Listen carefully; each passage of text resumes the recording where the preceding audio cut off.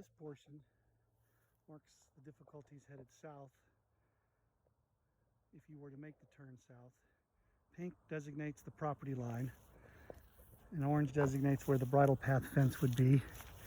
You can see the pin, and someone has knocked down our marker. Several of them have been knocked down. But this path would take you around this tree. And if you look, you can see another marker down there very carefully, but I'll walk down there and point back through these trees, which could be trimmed up, but we're not to the problem yet. So I will walk down, but I have to walk on, well, I'll try to walk on my property. My property takes you through here. This is not our property. That is the Clarendon Hills property. So you would essentially walk this way. You clear these trees, and you'd be back on the path, essentially right here. And if you can look, you can see the property line marker there between the trees.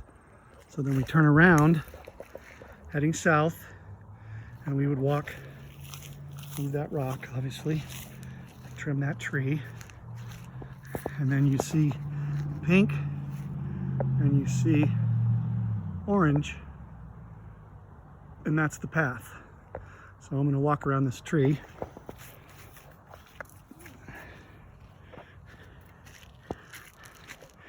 And pink, orange, so I'm in the path, which is the main problem.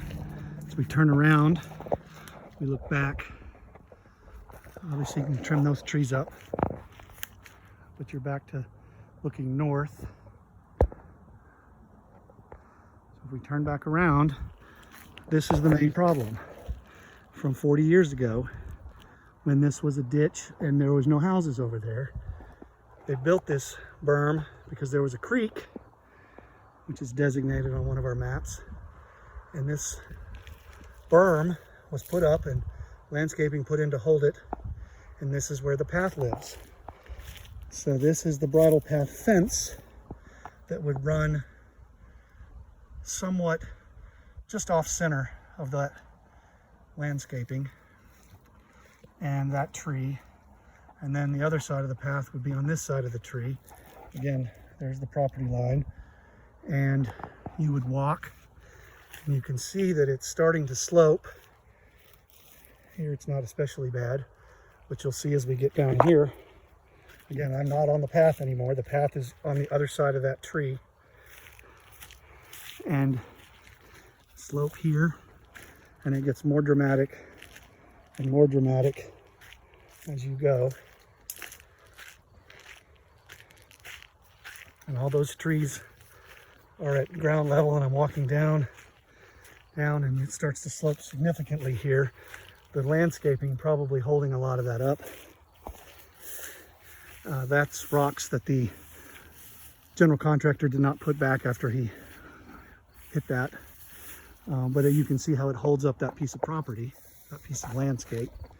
And I'm about chest high to the driveway that you down in this little ditch but there's the property line. And so I'm not in the path. The path would start here and go to there. And you would have to navigate up these rocks or re-landscape that and then change everything in there. The main part being this right here is very steep. It's more than 40, it's probably 60, 70 degrees. Turning around, we look down this fence to Wanda's path, headed south. So again, this path goes from just inside the driveway to there for this structure that was built due to the creek. If we walk over to the driveway, we can also see the rock wall where it's built up 2 or 3 feet. And as we look over, it's sloped down.